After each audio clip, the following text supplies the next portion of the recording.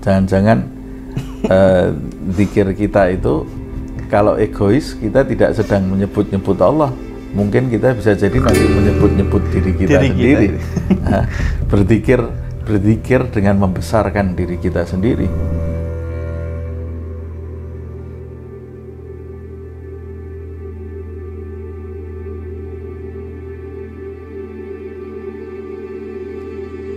Bismillahirrahmanirrahim. Assalamualaikum warahmatullahi wabarakatuh.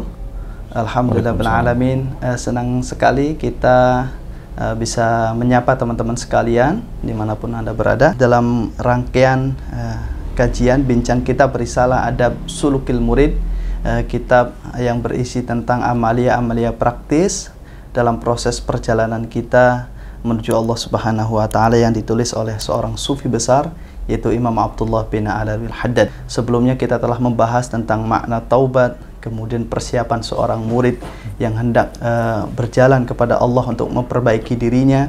Kemudian kita juga telah membahas tentang amalia-amalia yang wajib dilakukan oleh seorang murid. Pada pertemuan ke-9 ini kita akan lebih spesifik membahas tentang zikir dan tafakur. Dan seperti biasa hadir di tengah-tengah kita Habib Husain Nabil yang akan membedah, mengkaji, mensyarah kepada kita semua terkait tema ini. Assalamualaikum Habib. Waalaikumsalam. Alhamdulillah. Bagaimana kabar, sehat Habib? Alhamdulillah sehat. Ya Habib, kita tak terasa sudah sampai di pasal ke-9 dan pembahasan kita terkait zikir dan tafakkur. Sebelum kita membedah lebih lanjut pada pasal ini, di sini Imam Abdullah bin Haddad menjelaskan dalam paragraf pertama bahwasanya walladhi alaihil muawwalu fi tariqillahi ta'ala ba'da fi'lil awabiri wajtinabil maharami mulazamatul dzikr. Nah, bahwa sesuatu yang menjadi sandaran dalam perjalanan menuju Allah setelah mengerjakan hal-hal yang diperintahkan lalu meninggalkan hal-hal yang dilarang oleh Allah Subhanahu wa Ta'ala itu adalah mulazamatul dzikri, yaitu melazimkan, membiasakan zikir. Nah, di sini sebelum kita lebih lanjut, saya ingin bertanya, zikir itu apa Habib? Makna dasarnya, apakah zikir itu hanya secara lisan atau sebenarnya maknanya lebih luas zikir itu? Zikir itu sendiri kan bisa memiliki dua makna di dalam bahasa Arab ya.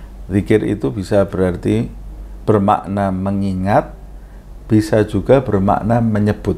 Jadi orang yang berzikir itu adalah orang yang mengingat siapa yang diingat itu dengan sebutannya. Jadi orang yang berzikir adalah orang yang lisannya berzikir dan hatinya ikut mengingat. Jadi kata kuncinya dua itu, lisan dan hati ya. Di dalam kitab Al-Adhkar ada kitab berjudul Al-Adhkar. Jadi Al-Adhkar itu karangan Imam Nawawi. Kitab itu menjelaskan tentang banyak zikir, menjelaskan tentang zikir itu sendiri, dan menjelaskan zikir-zikir dalam keseharian dan dalam berbagai kondisi dan keadaan, juga di berbagai tempat, yang semuanya berdasarkan riwayat hadis Rasulullah SAW. Di mukadimah kitab itu Imam Nawawi menjelaskan zikir itu yang paling sempurna adalah zikir lisan dan zikir hati. Kalau mau disuruh memilih apakah mana yang lebih utama, zikir lisan atau zikir hati, maka zikir hati lebih utama daripada zikir lisan. Karena apa artinya lisan menyebut dengan hati yang lalai. Tapi yang paling sempurna adalah zikir lisan dan zikir hati. Sebagian ulama tidak menganjurkan kita hanya berzikir dengan hati, karena ada khilaf di antara ulama.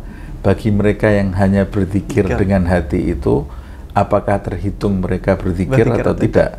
Nah, karena zikir itu pada intinya juga menyebut-nyebut nama dia yang diingat. Bagi pemula itu ya yang pertama belajar dulu berzikir, memaksakan lisannya berzikir daripada berbicara yang tidak-tidak. Ya, betul.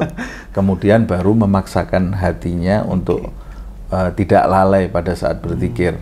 Dulu saya pernah ingat Habib Anis bin Alwi Al-Habsyi ketika membahas pembahasan seperti ini, kemudian ada orang yang bertanya, bagaimana kalau saya baru bisa berzikir dengan lisan saja, tapi hati saya ini tidak bisa ikut hadir karena saya sambil berzikir itu melakukan banyak kegiatan. Kata Habib Anis pada waktu itu, dia menjawab, itu masih lumayan daripada kamu tidak berzikir sama sekali.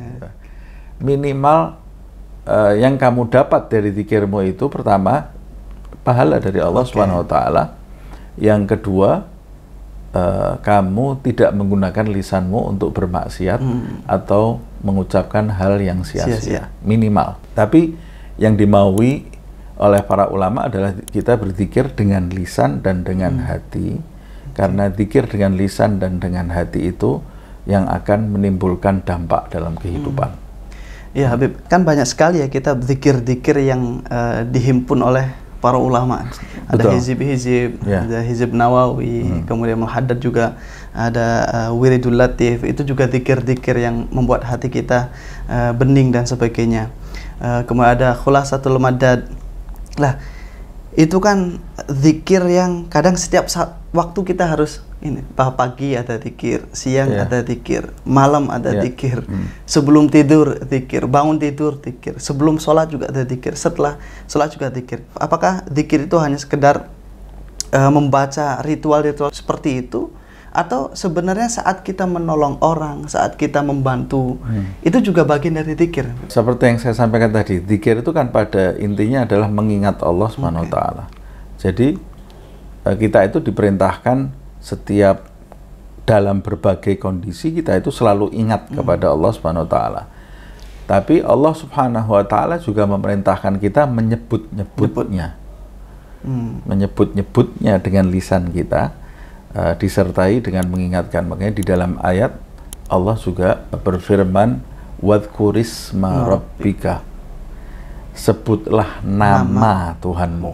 Jadi kalau ada perintah berzikir sebetulnya di dalam Al-Quran, itu sebetulnya mengarah kepada zikir dengan lisan dan dengan hati. Itu. Kalau melakukan perbuatan seperti sedekah dan lain-lainnya, itu yang disebut di dalam Al-Quran amal soleh. Melakukan amal soleh. Dan itu pun pada saat melakukan amal soleh, kan kita diperintahkan juga mengingat Allah Subhanahu wa Ta'ala, supaya amal soleh kita itu benar-benar ditujukan untuk Allah, bukan untuk selain Allah, bukan riya. Apa ada relasinya, Habib? Semakin orang banyak berzikir, itu harusnya dia akan semakin peka terhadap realitas sosial, Habib? Pasti. Pasti.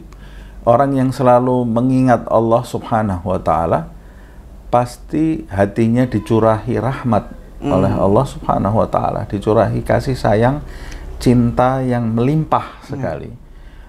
Sehingga dalam perbuatan sehari-harinya tampak bekas dari rahmat dan curahan cinta dari Allah Subhanahu wa Ta'ala tersebut.